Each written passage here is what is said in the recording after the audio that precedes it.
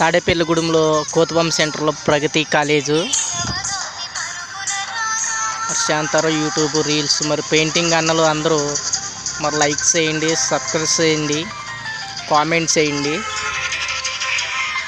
తీస్తున్న ప్రతి వీడియో మరి వైరల్ అవ్వాలని ఎంతకో ఆశిస్తున్నాను.